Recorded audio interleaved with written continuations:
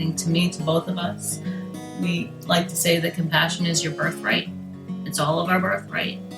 As a human being on this planet, you are worthy of compassion, receiving and giving compassion. And now, as much as any other time in our lifetime, is a good time to remember that, to remember our capacity for compassion for each other.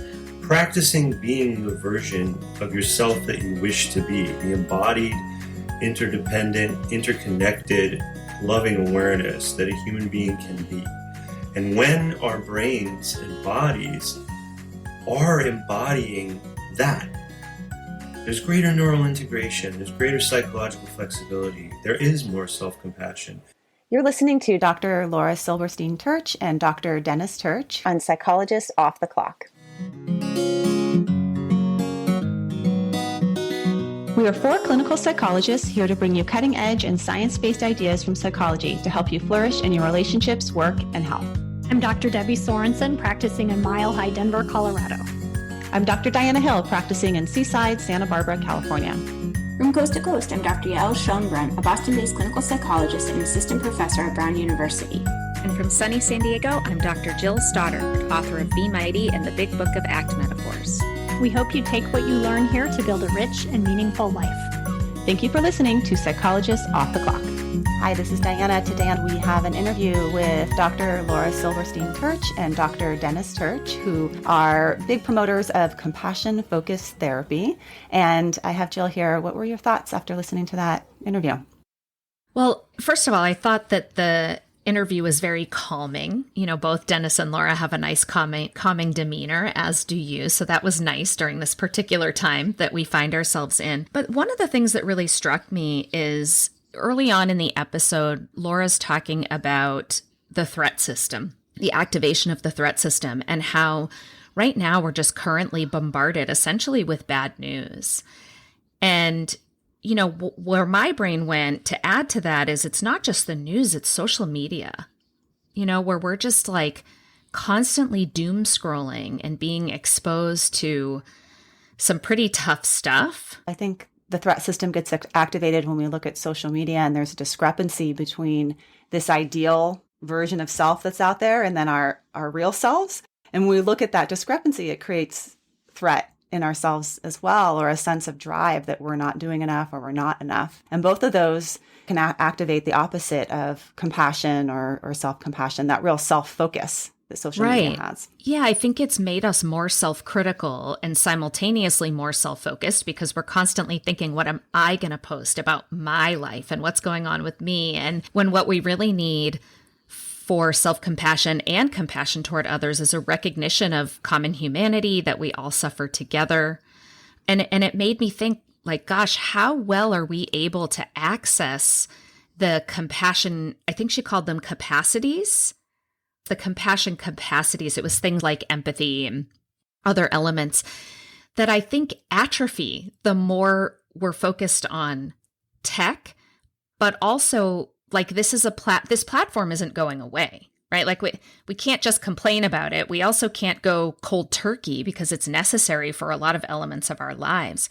But maybe this is something we can figure out, like how do we use technology and these platforms to spread compassion to ourselves and to others? It's interesting because, as many of our listeners know, I haven't been on social media, and I was really a late adopter to the cell phone as well. But now I'm finally ready to get on, just as soon as everyone is ready to jump ship. But one of the things that I've been thinking about in both our homeschooling as well as social media is ecosystems. And ecosystems are made up of producers, consumers, and decomposers. And humans aren't the best at decomposing, but they certainly produce and consume a lot. And when we're thinking about the ecosystem of social media, I'm wondering how we can do a better job at producing content that is beneficial and does not harm and creates a sense of community, compassion, and how can we consume in a way that isn't harmful to ourselves, to our psychology, or to our families, to each other. And I don't know how easy that's going to be. You can let me know. I'll be on mainly Instagram working on giving you some content of how to use ACT in your daily life and some short yoga and visualization and meditation. but we'll see. I think it's a good challenge for us and for our listeners, especially our listeners who have knowledge in the area of compassion. How can we challenge ourselves to produce material, content that spreads compassion? Absolutely. And speaking of material that spreads compassion, Psychologists Off the Clock is partnered with Praxis Continuing Education, and they have a lot of wonderful workshops and offerings that are related to ACT and related to compassion. I was even just looking at the upcoming workshop with kindnessTirch on Tuesday, November 17th, which is Commit and Act, Self-Liberation in Challenging Times, Walking the Path of Mindfulness, Acceptance, and Compassion. And as partners with Praxis, we do offer a discount if you go through our website and at offtheclockpsych.com. You'll get a $25 off discount for any of their live, online, and on-demand courses. And there's just a number of wonderful courses there. I know, Jill, you've enjoyed Praxis a lot as a clinician and in your own training. I send everyone I know to Praxis, and I think I might sign up for that. What was it called? Commit and Act on November 17th with Dennis. I think I might sign up for that training. That sounds amazing. So listeners, come join me. Dr. Laura Silberstein-Tirch is the director of the Center for Compassion-Focused Therapy and serves as an adjunct assistant professor at Albert Einstein College of Medicine of Yeshiva University. Dr. Silberstein-Tirch is a clinical supervisor and compassion-focused therapy trainer who presents internationally on mindfulness and compassion and is the author of 3 books, including How to Be Nice to Yourself. She is the founder and past president of the New York City chapter of the Association for Contextual Behavioral Science and the Compassionate Mind Foundation USA. Her research interests include psychological flexibility and emotions, as well as CFT for anxiety and depression. It's an honor to have you on. Good to see you. Thank you so much. It's an honor to be here. Yeah. We have with Laura kindnessTirch, her husband and partner, and he is the founder of the Center for Compassion-Focused Therapy in New York City, past president of the Association for Contextual Behavioral Science, president of the Compassionate Mind Foundation North America, and the associate clinical director of the Icahn School of Medicine at Mount Sinai, New York City. He is an internationally acknowledged expert, psychotherapist, supervisor, and trainer in CFT, cognitive behavioral therapy, acceptance and commitment therapy, and Buddhist psychology. And Dr. Tirch is the author of 7 books, numerous chapters, and peer-reviewed articles on mindfulness-based psychotherapies. He regularly trains CFT and ACT globally through workshops and courses in person and online. And his work has been covered in the New York Times, the Wall Street Journal, the Washington Post, and NPR, among other media outlets. Through regular Twitter and other social media posts, Dr. Tirch shares compassion-focused insights with tens of thousands of people each day. Dr. Tirch is an ambassador for the Ram Dass Fellowship and an advocate for yoga, sobriety, and vegetarian vegan living. Dr. Tirch is also a Zen Dharma holder, lay teacher of Sharma. Thank you for inviting us and for spending your time and for your interest in having a conversation today. It's a real treat to have you both on. You're sort of the mother and father couple of compassion-focused therapy, and having you both in one spot at the same time with, I know, a little one napping. It takes a lot to get here. So we're really grateful for your time. Thank you for joining us. And I guess I just want to start with how you're holding up. It's been quite a period of time, lots of stressors on the family. I'm sure your work has gotten very busy, and there's a lot of need for you as compassion-focused therapy experts and ACT experts. How are you doing as a family, and how is all of this challenging time impacting the two of you? I think we're doing well. I think considering kind of the context, and we feel really lucky in many ways to have this time and to have each other. There's certainly been so many opportunities to practice compassion, practice acceptance, practice kind of the work that we preach and that we love and that we live. And it's wonderful to have kind of a fellow psychologist and fellow traveler as a partner in this time together. I think that there's been a lot of ups and downs over this past year. I mean, 2020 has become a bit of an adjective in this house. When things go wrong, things have gone 2020 in this house. So I think we've kind of used that as kind of as a cue for kind of practicing, dropping in, taking care of each other, and looking for the positives in all this. I don't think we would have had this kind of insular time together with our daughter being so young, and to have both our hands on in this way. So there are some ways we've seen some blessings in all of this madness. Yeah, I mean, just to sort of echo and, support what Laura's saying, we're aware, as we all are, of how much loss and pain and sickness has affected the whole world, like sort of in a unique way in our lifetime. I think I've never seen a single stressor have such a great impact on the lives of so many people in so many different ways. And if you're a sensitive, living soul, you're going to be aware of that. And we've had some people we know who have passed away from this, as so many of you have. And fortunately, our closest folks are safe and well. And fortunately, this struggle kind of is compatible with our life style and our life's mission. I mean, so to be able to work from home and to be able to be of service and to be connected to people in need, and also to be a family and with our daughter and with older relatives, to be safe and healthy and well as much as we've been, and also to be kind of like, homebodies and nerds. It also helps because you get to read or practice music or, do things at home, exercise, we live in nature, not, too many folks around. So it's just sometimes in the course of your life, when things go sideways, you're particularly vulnerable. I've been there. I know we all haven't. And then sometimes when things go sideways, you have some buffering kind of stuff. So we've been lucky. Although it is a profound stress, isn't it, for all of us? So it's a reasonable place to begin our chat today.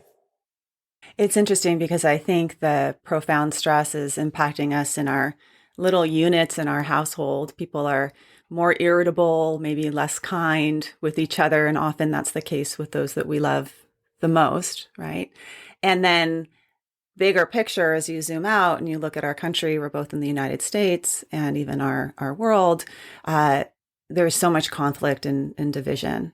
And I'm wondering if you can talk a little bit. Compassion-focused therapy is so grounded in sort of evolutionary understanding of our brains and our minds. Can you talk about why sometimes it's so hard to be kind to each other, and especially when we're stressed and when we need it most? Well, I'll kind of take a short version of that, is that human beings have evolved with this finely tuned sensitive threat detection system for real threats in the world and also for social threats. So when there's something that is a potential threat, including the threat of rejection or not being good enough, our attention narrows and our behavioral repertoires focus on that threat. So we're going to tend to kind of gravitate to have that kind of threat-based bias in the way we think, and sometimes it's really hard to soften, even though compassion and self-compassion can downregulate. It's designed to downregulate our experience of threat. Anything that could kind of come near vulnerability, sometimes our learning histories have set us up to. That's sort of like one door opener to that. You know what I mean, Laura? Mm-hmm. There's more to it. No, I think that makes a lot of sense. And I think there is this kind of capacity that we have for kind of protecting ourselves in the face of threat. And given the way our minds and our brains have evolved, that we can hold on to that threat for long periods of time. It's not like we just let it go and move on. We have this ability to kind of hold on to and ruminate about the past and worry about the future, which keeps that threat system going and really is kind of can be resistant to that softening that Dennis speaks to, particularly when it feels like it's unrelenting, that every day we're waking up to another perceived threat or another thing to worry about or to ruminate about. And so I think in that respect, it kind of is this always on, better safe than sorry, 24/7 threat detection machine, which is almost mirrored by this always on 24/7 news cycle that we've kind of been living in. And so I think there isn't a lot of breaks in the context of that. You know, we talk a lot about this idea of our generation receives and is kind of witness to more images of threat and aggression and violence than generations of our ancestors ever witnessed. So I think that there is this kind of always on, unrelenting aspect to the stress that we're under that really makes it hard, right? And it kind of is almost like stopping a speedboat to slow down, drop in, and get connected, to be sensitive to suffering, to feel connected and affiliated to those around us and to ourselves. Mm. And what about when that aggression is directed towards ourselves? Because I think the flow of the news media and access to all these images not only exacerbates divide and a sense of threat amongst others, but it can exacerbate that feeling within ourselves that we're not enough. And I know that, Laura, your book, How to Be Nice to Yourself, I just leave it out on my desktop. I put it around the house. My kids leaf through it. It's because it's sort of what we crave a little bit, right? Of how to be nicer to ourselves. So what happens when the aggression is towards the self? Why is our mind doing that? There's kind of a control and self-protection strategy in our capacity for self-criticism, self-attacking, albeit it's got its job wrong, right? It's ineffective because it leaves us feeling more anxious, more hopeless, less motivated to do something about it when we are beating up on ourselves, when we are engaged in shame-based self-criticism.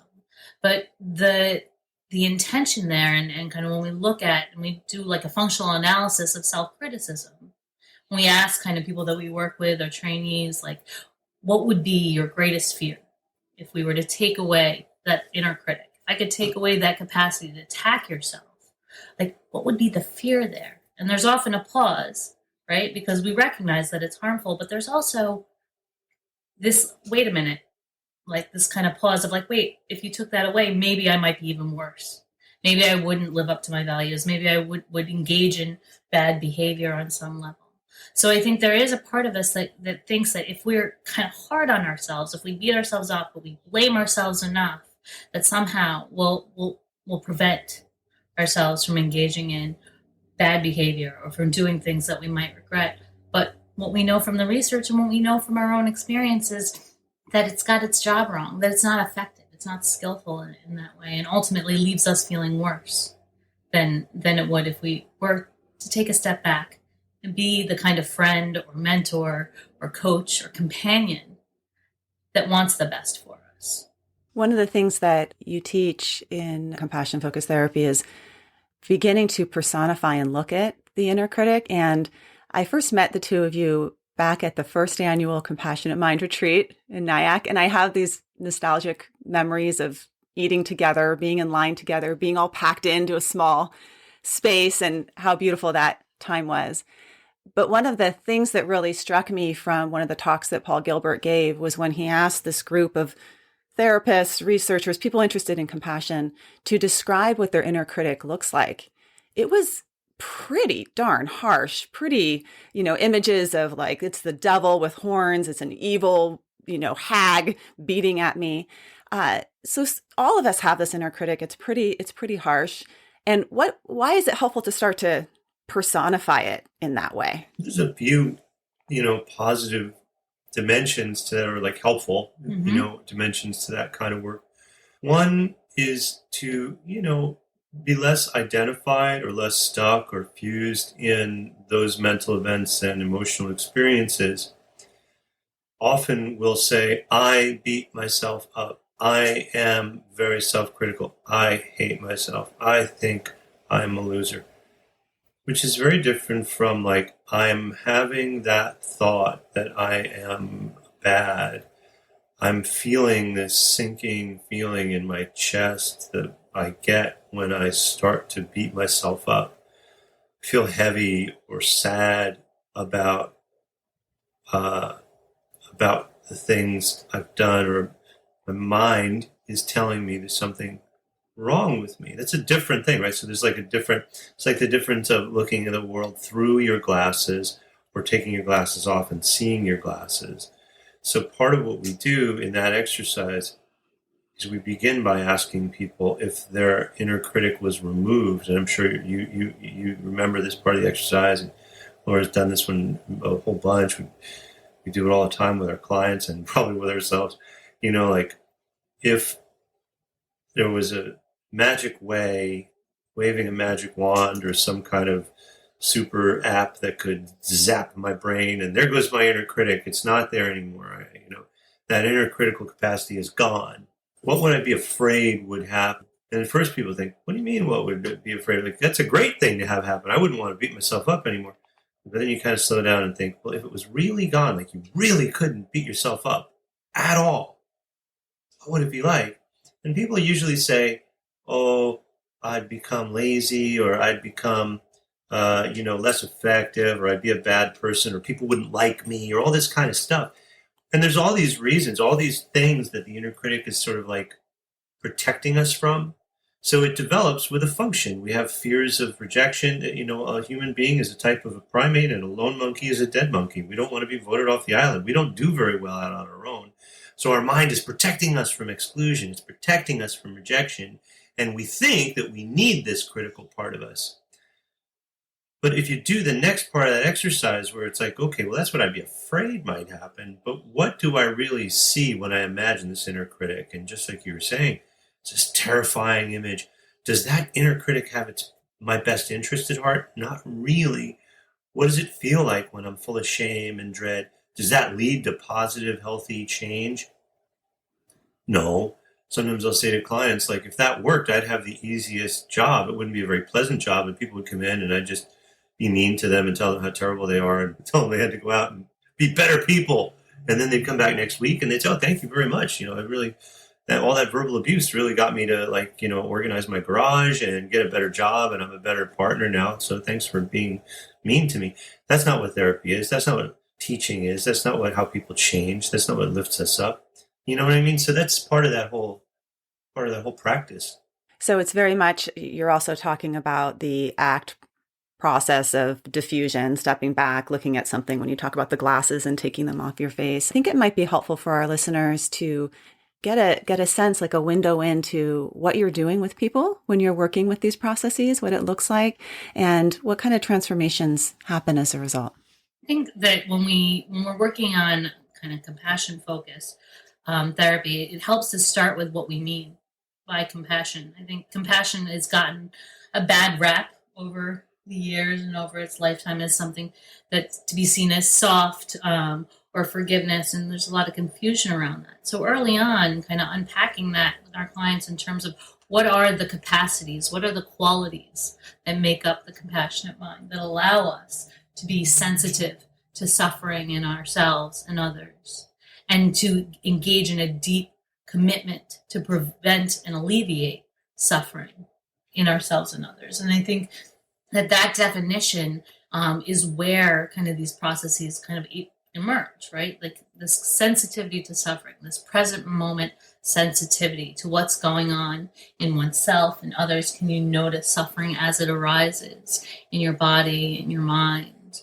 And when you do, are you deeply committed to your well-being? Is there a motivation there to care for that well-being? We know that compassion and our capacity for compassion evolved from our capacity for caretaking and care receiving, right? That we are kind of animals, we are beings that need each other for our survivals. And so this kind of care for well-being, this motivation to take care of ourselves and each other is another process of the compassionate mind.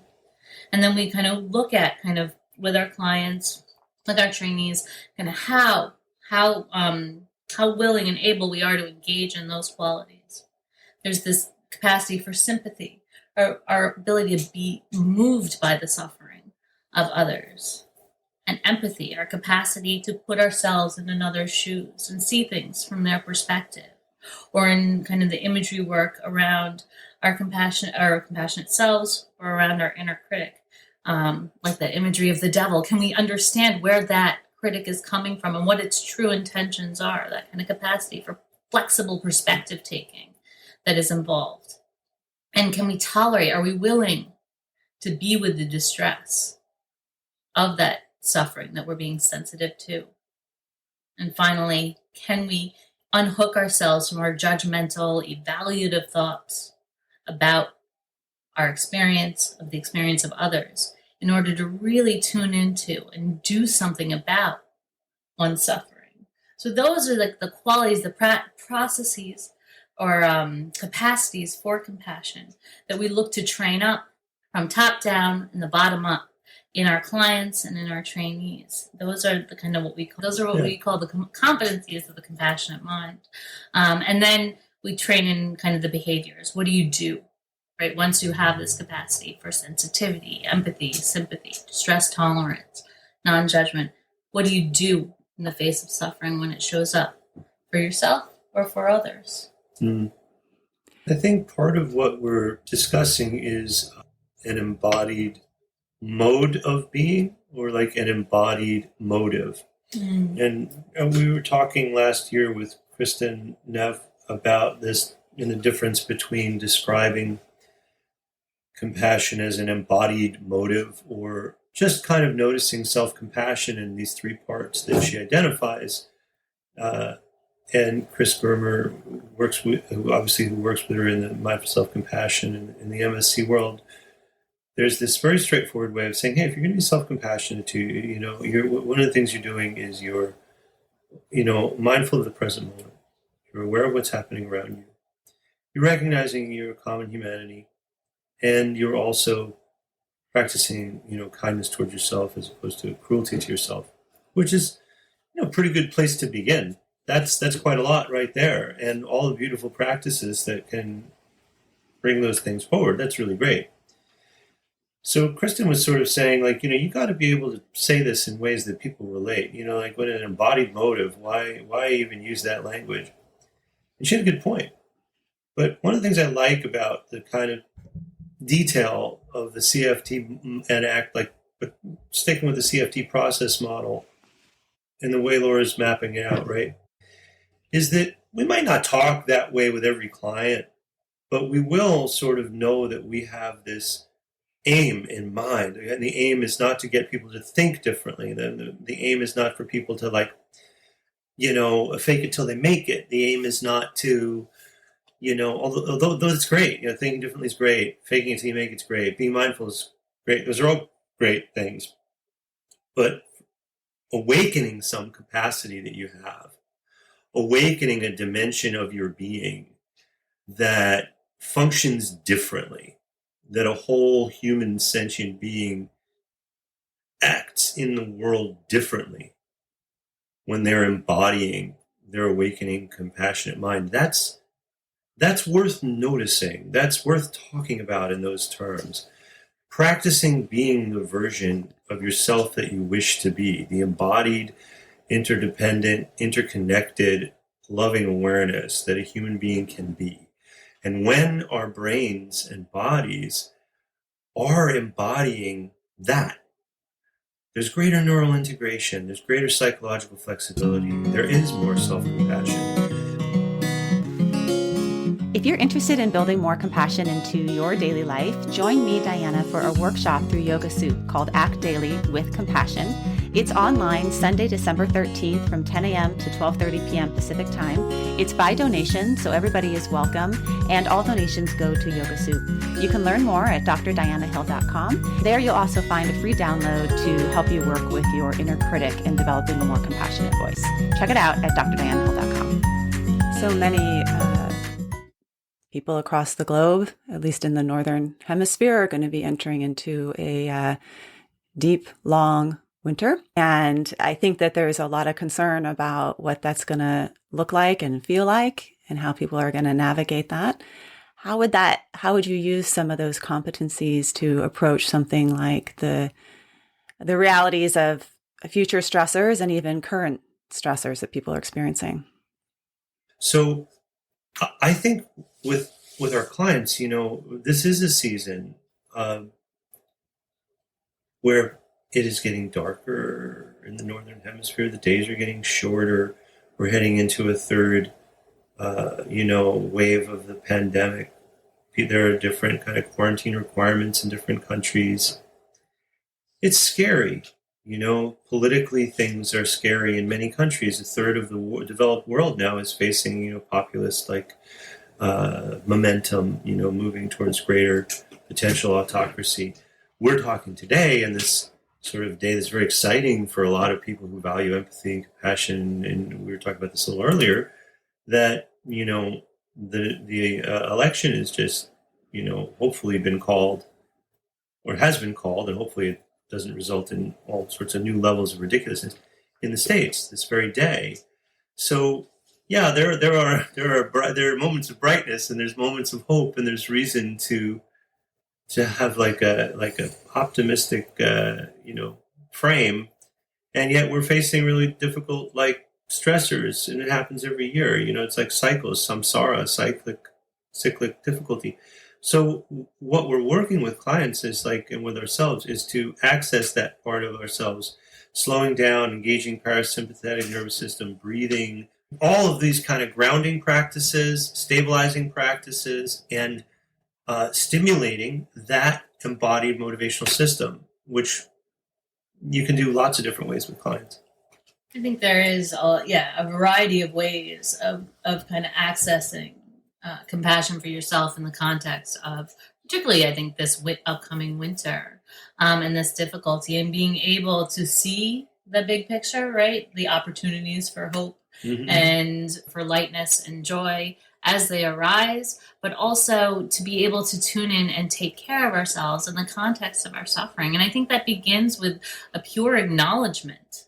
This is new. This is difficult. We haven't been here before. I mean, granted, we have a little bit of practice because this is our third wave when it comes to lockdown and the pandemic. But in the context of this winter and it lasting this long, and all the different costs that have come with this experience, I think that having a deep acknowledgement and validation of our suffering and of our pain, of course, we're struggling. Of course, there's difficulty right now. It makes sense that we're not sleeping, or we're a little more irritable with our loved ones, or that we're having a harder time concentrating on the 85,000th Zoom meeting that we're on, or whatever it is in that moment, to hold ourselves in this kind of deep understanding and wisdom, right? That this is new. We didn't choose any of this. This is not what we want for ourselves or for our loved ones. And then kind of really tuning into kind of what it is that we need most in these moments, what is available to us. And I think this is where we pull from the ACT processes so much, is our individual values. How do we embody our values in this context, in this way? What is available to us in terms of reorienting to being the type of partner or parent or caregiver or pet owner or, or self that we want to be in the context of this new kind of suffering? And how do we kind of take care of ourselves on that road?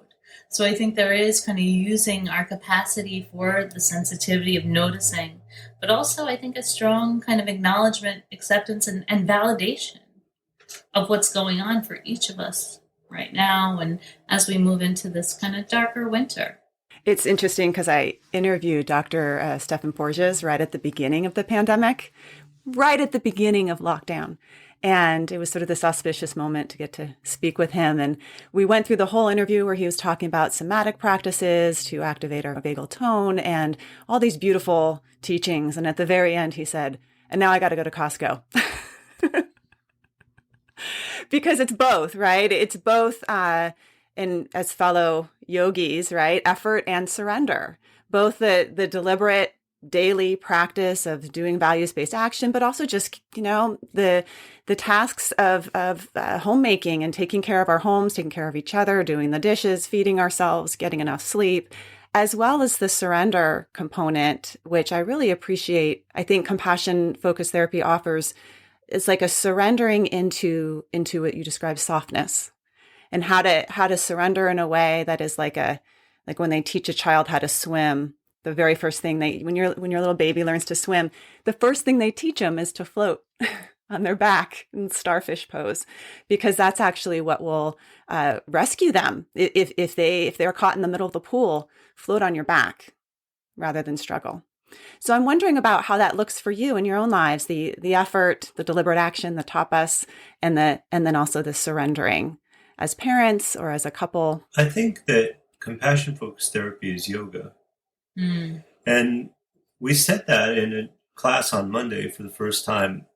And it was really, it felt so right to say it, because the asana practice of yoga in its current form, as we know, right? Like that's, if it's 112 years old in this form, it's a lot. It probably has drastically changed with the addition of like Northern European physical culture exercises and stretches and things that like were brought back to India and adapted with the asanas that existed. And so the yoga that we teach as physical yoga, that we practice as physical yoga, that's kind of a new sort of sleek, and awesome and effective thing.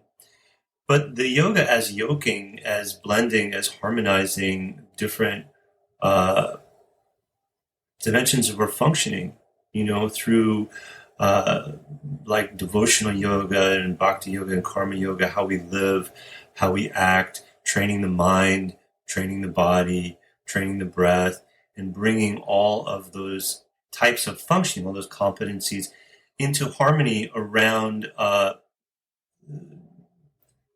like gentleness and surrender and loving awareness and connectedness.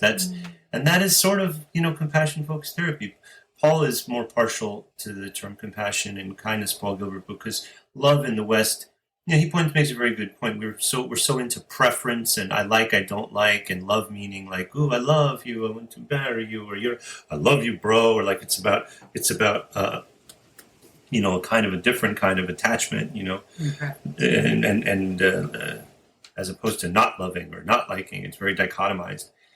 But the kind of like universality of affiliation, of connectedness and harmony, we-ness, collective awareness, that is what we're yoking to in the 3,000-year-old, at least, practices of yoga. That's sort of what we're doing with compassion focused therapy. We have an ideal of a compassionate mind.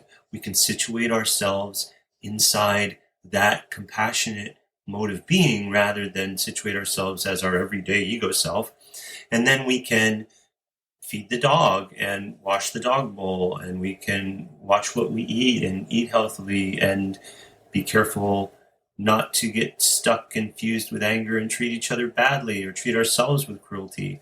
And so that sort of letting go and surrendering our modes of control and grasping and anger and ego, or drive circle and threat circle in CFT language, anger and anxiety, all this stuff, not denying those emotions, but like allowing them to be present and not being super identified with them, not like proceeding where we hand our whole lives over to those experiences. So I think like you really make a beautiful point that like a yogic lifestyle or a compassion focused lifestyle or a healthy lifestyle, they're all different facets of the same diamond in a way. It's the same kind of way of being in the world. I love how you bring up yoga and the overlap, and it's something that as a yoga teacher I think a lot about. And even in thinking about the 8 limbs of yoga and the yamas and the niyamas, right? So the yamas being the actions that we take, the ethical principles that we take towards others, things like practicing nonviolence, ahimsa, or practicing brahmacharya, so practicing moderation and balance. But then the niyamasa being about how we treat ourselves. And that's very much the flow of compassion, right? Of not just looking at how can I be more self-compassionate or how can I be more giving to others, but really what are the big picture principles that we bring into our lives and our daily actions, whether it's through yoga or through people have different religious, spiritual relationships, or even just thinking about ourselves as animals that are interconnected on this planet, that are very much one big macro organism that influence each other, that we co-regulate each other. Laura, for you as a mom, I'm curious about compassion and motherhood and how that flow of compassion shows up for you towards yourself and with your baby. It's that real kind of flow of compassion that I'm reawakening to every day, and there's a new level of awareness and understanding around what it means to allow myself to give compassion and care and love, and allow almost feels like the wrong word, because there is this kind of natural emitting and abiding in compassion with my daughter, and I think this capacity for receiving compassion, right? And kind of being able to kind of see the looks that she gives me, or the first kind of mommy that I get in the morning when I go to get her from her crib, and the self-compassion I have for myself on the days where I'm not sleeping, or I haven't been able to get to, everything I need to do for work or for the house or for each other, or where I'm willing to kind of receive the compassion from Dennis, who's kind of the co-parent extraordinaire, particularly in the context of these past 6 months, kind of sharing kind of the load together in this kind of parenting journey, which has been so amazing. There is this kind of real like daily reminder, and I think it speaks to kind of daily practice that Dennis was talking about, of kind of just abiding in that awareness of it, right? And noticing kind of where kind of my attention is in a given moment. When I'm kind of spending time with her, or we're playing, or she's learning something new, kind of really kind of tuning into herself and myself and our self in that moment, and being able to kind of notice kind of the all of the kind of wonderful sensations of kind of being with her, or being able to care for kind of her. So I think there is kind of a lot of that kind of awakening and re-understanding of the skills of kind of compassion in this moment, and the actions and things that it evoke, and the imagery and the melody and the song of kind of motherhood that has emerged, that's been just kind of amazingly enlightening in its own way. And on the other side, like, a real testament to kind of a willingness to sit with distress and difficulty, and our capacity for sleeplessness is no bound sometimes. But I think there is this kind of other end of it that allows us to persist in the face of those kinds of struggles and suffering, because we love so deeply and because it matters so much. So there's been a lot of new learning and a lot of old remembering, right? Like I'm very fond of the translation of the Pali word for mindfulness as self-remembering, and kind of holding self with a lowercase s. Like, there's this kind of remembering of what it means to be human, what it means to be connected, what it means to care for others.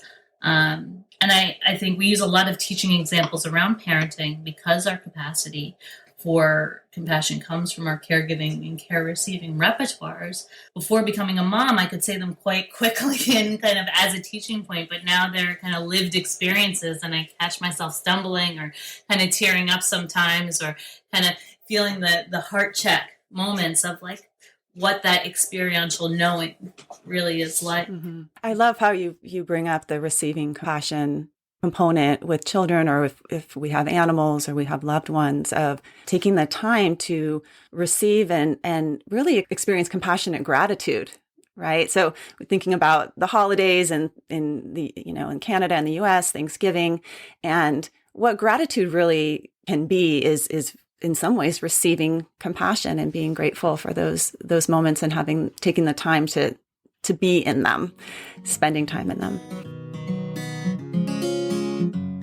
We've had a number of guests on the show that we've been inspired by, and that are offering you, our listeners, discounts on their programs. If you go to our website, offtheclockpsych.com, you'll be able to find coupon codes for the programs of Dr. Judson Brewer, Dr. Rick Hansen, and Jen Lumenlin. So go check it out at offtheclockpsych.com and start learning today.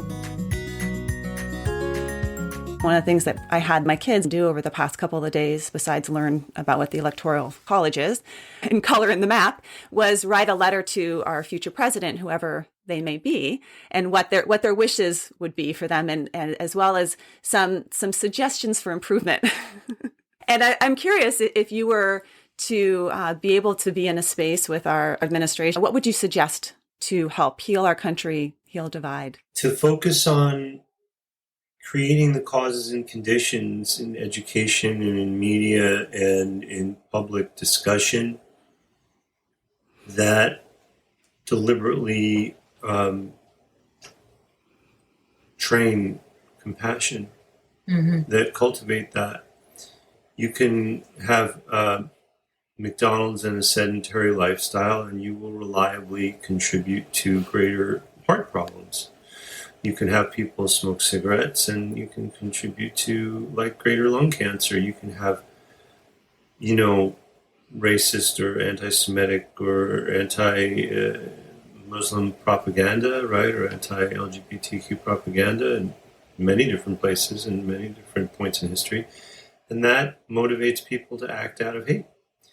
And we know from the research on compassion training and self-compassion training, as well as centuries of witnessing history in different societies and contemplative movements, we know that when you reliably create the conditions and causes that cultivate greater compassion, that there's an individual and social transformation. It's like not a mystery. It actually happens. It actually literally, really, really happens.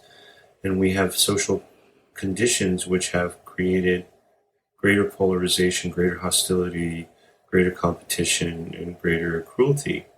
So, if President-elect Biden and Vice President-elect Kamala Harris, if their administration, if they're going to move towards the values of empathy and inclusion that they've put forward so far, that doesn't have to just be like a vague aspirational thing. It can be like, something that we actually train people in, just like we train people in like the alphabet or calisthenics or marksmanship. It's a real thing. There are real action items that, we can kind of begin from kind of day one. I think in beginning with an ability to open up kind of a dialogue and open up kind of our capacity for listening and active listening with one another, right? In terms of inclusion, in terms of action, in terms of healing and repairing, I think some of the divisions that have really gotten so deep. And I think we need to kind of acknowledge them and acknowledge everybody's kind of fears in the context of those divisions, and allowing kind of a safe space where we can have kind of the difficult conversations. And I think that Dennis kind of speaks to this idea of how do we create the conditions where our capacity for compassion as a population, as a community, as a government can arise. And I think that we have kind of the science behind compassion to be able to facilitate that kind of context where it's going to increase the likelihood where we all have the ability to act from a place of compassion and care and an interest of all of our well-being. Yeah. So I'm hearing starting with deep listening and then training the mind in orienting towards compassion and maybe training at the level when they're little, training in that, having that integrated into our education system. And this was reflecting as we were thinking about world leaders, the meeting many years ago in the 60s, Thich Nhat Hanh, who met with Martin Luther King in New York. So Thich Nhat Hanh came to New York. I think he was in exile already then. And they had 45 minutes together. And I always wonder what happened inside those doors. But when they came out of that meeting, Martin Luther King came out against the Vietnam War. And probably what happened in there was a whole lot of deep listening, a whole lot of compassion. And then from there, we can act in really profound, big ways, or we can act in smaller ways within our own little families, maybe just being with our child when they wake up from their nap, which your child is doing such a good job of right now. What a long napper she is. Good job. Dennis and Laura, you've done such a beautiful job of looking at how we can take acceptance and commitment therapy, and really marry it with the compassion practices from CFT. Can you talk a little bit about why you've woven those two approaches together and why they're such a beautiful fit? Well, I think they're lenses, and Laura, I'd love to get your take on this too. Like, they're different process models that emerge from different scientific traditions that both of them are influenced by contemplative practice.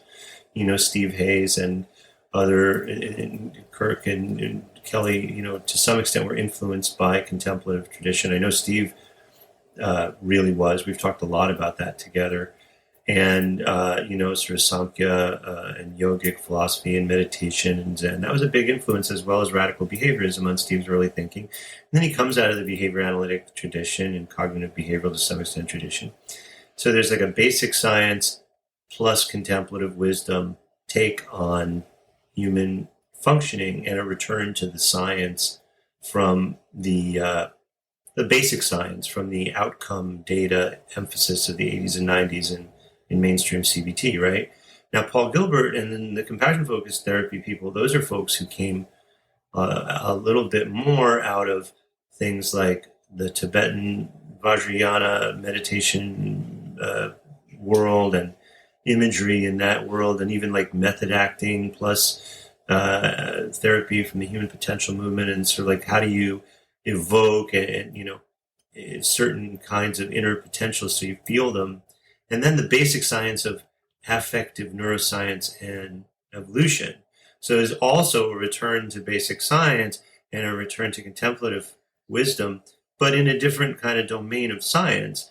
So, and they both have a process model. One is more evolutionary functional analysis of emotion, which is the CFT thing, and the other is more behavior analytic functional analysis of language and cognition, right? Verbal behavior. But you put them together and they're both like really erudite, well-developed lenses on motivational, emotional functioning with a compatible language. So it makes sense that you can, derive connections. Also, we're clinicians, we're not really academics. We have a, two-person university department in the house with like, a dog and a baby, but listening, that's our entire faculty and student body. But like, we're not so much a part of the academic establishment. And what that means is we're running studies with an N of one, all the time. Like, and you learn what seems to be working, what seems to not. And you always have to be careful about, your subjective experience and anecdotal evidence. But on the other hand, clinical experience can inform research and theory and treatment development. Paul Gilbert often says that CFT was developed with and for his clients, like with and for them, like that. And if you watch some of the videos he uses as teaching tools with some of his earliest CFT clients, they are coming up with some of the ideas that we use now just as much as Paul is. And I think the same thing happens with us, right? Oh, absolutely. I think that a lot of this emerged from, and I think it was, about 10 years ago where that we really started having these kind of really passionate conversations about how to bring CFT and ACT together. I mean, I think I'd like to say that CFT likes to share its toys and play well with other therapies. And I think that's kind of quite true. It's bringing a compassion focus to evidence-based, especially, I think, process-based therapies. And that's why I think there was a natural fit early on. And it was about kind of 10 years ago, and Dennis was kind of speaking at a kind of Buddhist temple and doing some trainings with some folks, and he was talking about ACT in kind of layman's terms, and I had been kind of really immersed at the time in bringing CFT into the room. I'd been doing ACT therapy and working with ACT processes with my clients, but really immersing myself in mastering CFT at that time. And it felt like somebody kind of hit me over the head. Like, of course, these things map onto each other. The way we conceptualize psychological flexibility and the way we conceptualize the processes involved in the compassionate mind, they fit together so well. And I noticed looking over kind of training tapes, how the language kind of interplayed with each other and how the focus in the room interplayed, and how the more kind of we brought in the compassionate language into kind of the ACT processes with our clients, it felt like something softened in the room. And I would agree with you, Dennis. I think a lot of kind of what we notice and how treatment develops is from the wisdom of the individuals that we serve, right? Like that is kind of what sparks, I think, inspiration in so many ways. So I think there was this natural fit there, and this kind of pulling out of kind of what was embedded in both of these treatments. I think they bring out the best in each other in many ways. One of the things that you taught, Dennis, at the opening of that retreat that we were on a few years back was you opened it with a "why are you here?" You asked us that, and then you asked us it again. And then I think you asked it again 3 or 4 times to actually get to the root of why we were really there at the retreat together. And I'm curious for the two of you, why are you really here on this podcast and spending your Saturday with us on Psychologists Off the Clock? I think that's a question to sit with, how much do I know? I know what my aim for being here is, So that way of answering the why is that to the extent that I am able to make a decision and I'm not just determined by the flow of, genetics and environment and learning history that determines most of my actions, like the part that is like something like will that's here is a desire to help people to wake up, help myself to wake up, to share a space where we're awakening to who we really are as connected, conscious oneness in a way, and that's why I became a shrink, and that's why I'm so rejoicing in the fact that the field moved towards mindfulness, acceptance, compassion, and more dharmic modes of thinking. I mean, I had faculty tell me you seem like a hippie, you seem like a drug dealer, because I meditated. You seem like a drug. I don't know. That doesn't seem very correlated to me. That seems orthogonal. But anyway, just because you talked about Buddhism, so and may they be well wherever they are. I hope they're happy. But the truth is that's the game to me. The game is awakening and loving and sharing that space together. So that's, this seemed like a good idea. You seem really great. Everybody around this podcast seems really great and caring and loving and supportive and wanting to share a little light. So that's a good thing to be a part of. I think that's my thing. As we often do, we kind of sit in a similar circle, and I think my aim, I think it very much kind of rests in what Dennis is saying, and this capacity to talk about compassion with y'all is so important to me, and any opportunity to sit and talk about compassion, I think we will take.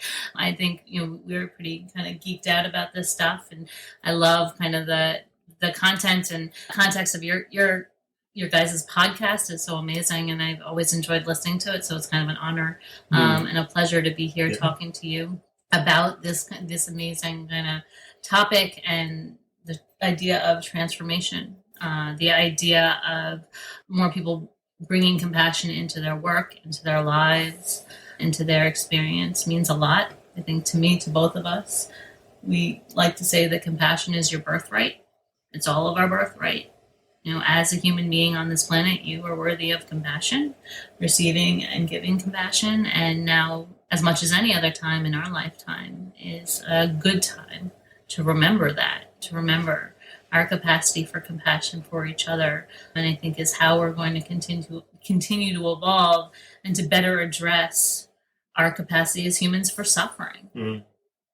Right? I just want to riff on that for a minute. Yeah, that's okay. please. So I just am noticing how baked into our language and our human ideas about separateness, the way we could answer the question is, although I think we're answering it as well as we can and we're trying to emphasize. But when you first asked me the question, I answered about I. But the truth is the why, and it has more to do with you. You asked us, that's why we're really here. It's just because you asked, and it made sense.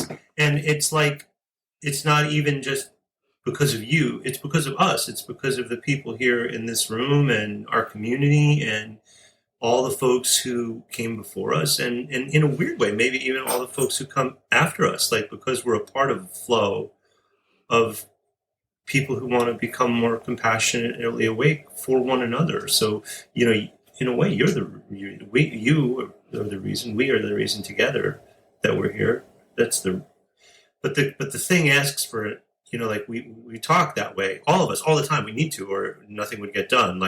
There's a restaurant and the waiter comes up and says, "What would I like for dinner?" You're not going to get very far. They're like, "What would you like for dinner?" Mm-hmm. So we need to acknowledge that level. But the real answer in the why, I think, has got a little to do with just us. Really. Well, embedded in the answer, right? And I think that in the work is this kind of surrounded of this is surrounded by this awareness of the we-ness, the interconnectedness of all of us, the embodied interconnectedness that we've been talking about, and this understanding that we're playing the game, we're playing the self game, we're playing the I, you, me. Sure. Yeah, because that's what's workable, but we can hold that lightly. We can have kind of flexibility around that, and an understanding of a greater sense of existence and of what it all means and what we're all doing this for, right? That there is no you, there is no me. There is only a we if we're going to survive and get through. Yeah. And I think I asked you because I wanted to be part of that. Yeah, I felt that when I first met you from a distance, there's something magical here in this room that I was in with you, but magical in a bigger way. If I want to be part of it, I feel like there's an offering here, not only for myself, for my clients, but me as a parent, me as a partner, and me as just a human on this planet, and through compassion. So I thank you for spending your morning or spending your time to not only this in this moment, but a lifetime of your own personal work, your work as a couple, as a family, your work in writing many different books and offerings, everything from the super heady ACT Practitioner's Guide to the Science of Compassion. If you are one of those nerds that is in lockdown and wanting to nerd out on how these models fit together, go for it. And you'll get everything from the hexaflex with Kristen Neff's work to how CFT it all makes sense. And then if you want the day-to-day, like, okay, I just need to open something up. Right now I'm having difficult thoughts, and how do I respond to that? How do I be nicer to myself?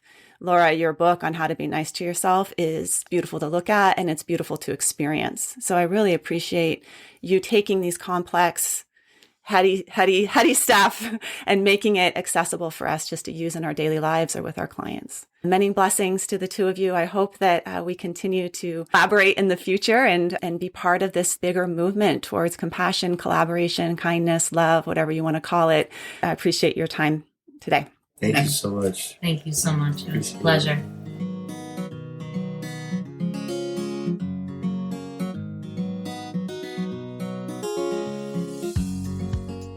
Thank you for listening to Psychologist Off the Clock. If you enjoy our podcast, you can help us out by leaving a review or contributing on Patreon. You can find us wherever you get your podcasts, and you can connect with us on Facebook, Twitter, and Instagram. We'd like to thank our strategic consultant, Michael Harold, and our interns, Katie Rothfelder and Melissa Miller.